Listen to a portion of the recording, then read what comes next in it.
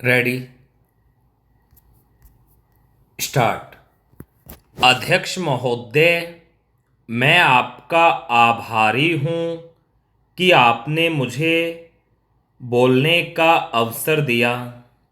इस देश के वर्तमान भारी संकट के समय में और विशेष रूप से उस समय जबकि हम लड़ाई से अभी निवृत्त हुए हैं और आकाश में लड़ाई के बादल दूसरी तरफ से आने शुरू हुए हैं, हमारे वित्त मंत्री ने जो बजट पेश किया है वे इसके लिए बधाई के पात्र हैं।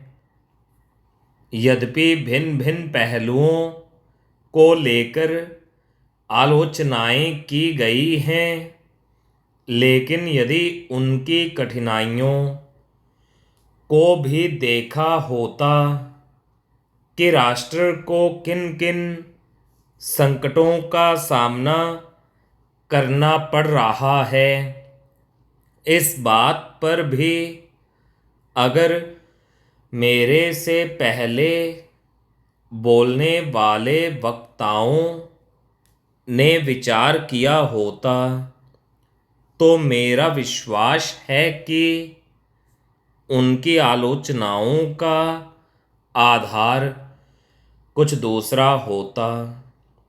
उन्होंने ऐसे कठिन अवसर पर यह एक संतुलित बजट पेश किया है, उसके लिए मैं उन्हें बार बार बधाई देता हूँ, लेकिन साथ ही साथ मैं अपना यह कर्तव्य समझता हूँ कि कुछ ऐसे विचार भी उनके सामने प्रस्तुत करूँ जिससे उनकी कठिनाइयाँ कुछ हल हो जाएं।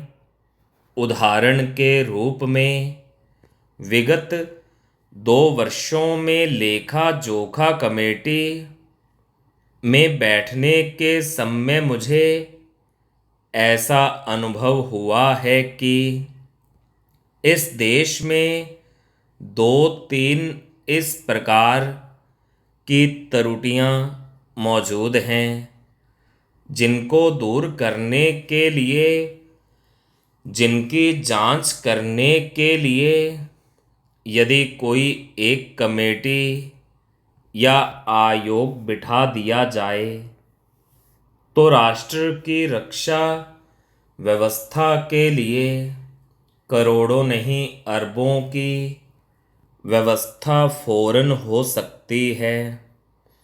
केवल शासन को जागरूक होकर कुछ कदम उठाने की आवश्यकता है।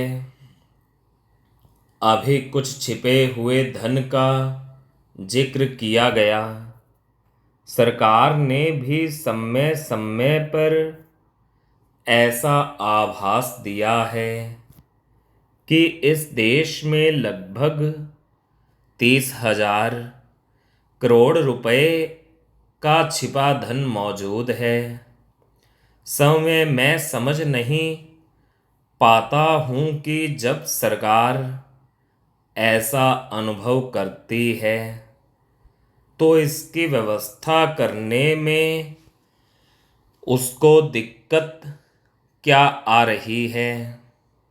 ऐसा मालूम होता है कि कहीं इच्छा शक्ति की कमी है। भारत की इस सरकार ने अपनी शक्ति का ठीक से उपयोग करके उस दुश्मन के दांत खट्टे किए जिसके कि ऊपर विश्व की शक्तिशाली और इंग्लैंड जैसी शक्तियों का अटूट सहारा था और जिसको कि उन्होंने हमारे विरुद्ध उकसा कर खड़ा किया था। और अपना पूर्ण सहयोग दिया था। स्टॉप।